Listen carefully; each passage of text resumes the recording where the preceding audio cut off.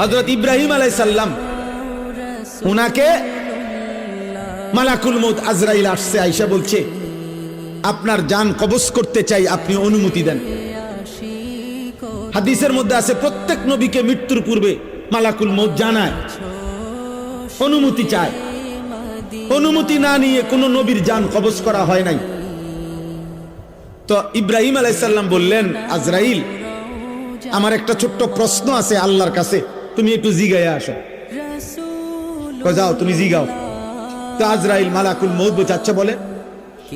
তো তুমি গিয়া বলবা আল্লাহর কাছে, আয়াকবিজুল খলিল রূহা খলিলিহি, আল্লাহকে জিজ্ঞাসা করবা গিয়া যে ইব্রাহিম জানতে চাইছে কোন বন্ধু কি বন্ধুর জান কবজ করে?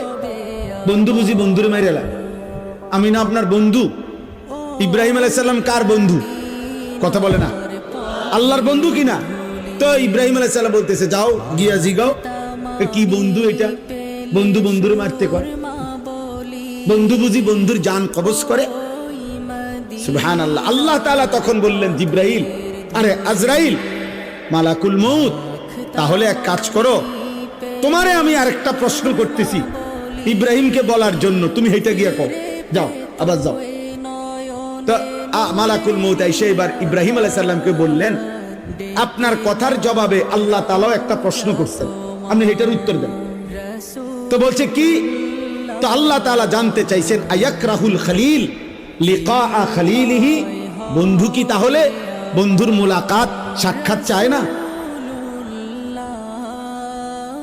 বন্ধু কি বন্ধুর সাক্ষাৎ পছন্দ করে না? তাইলে ইব্রাহিম আলাইহিস সালাম বুঝছে, হায় হায় এ তো মারা না, এ তো বন্ধুর মুলাকাত, এ তো মৃত্যু না রে, এ তো আমার সেই মালিকের মুলাকাত। পুরাটা জীবন আমি যার জন্য পরীক্ষা দিছি, যার জন্য আমি নমরুদের আগুনের কুণ্ডলিতে পড়লাম, যার জন্য আমার জীবনটা নবীদের মধ্যে সবচেয়ে বেশি অঞ্চল ছাড়ছে, হিজরত করছেন, এলাকা ছাড়ছে বেশি ইব্রাহিম আলাইহিস সালাম। তো সে তো বন্ধুর মুলাকাত।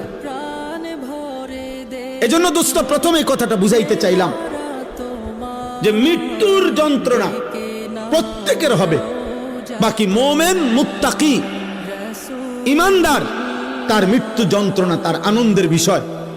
কষ্ট হচ্ছে ঠিক আছে, কিন্তু আনন্দ হচ্ছে যে আমার রবের মুলাকাত।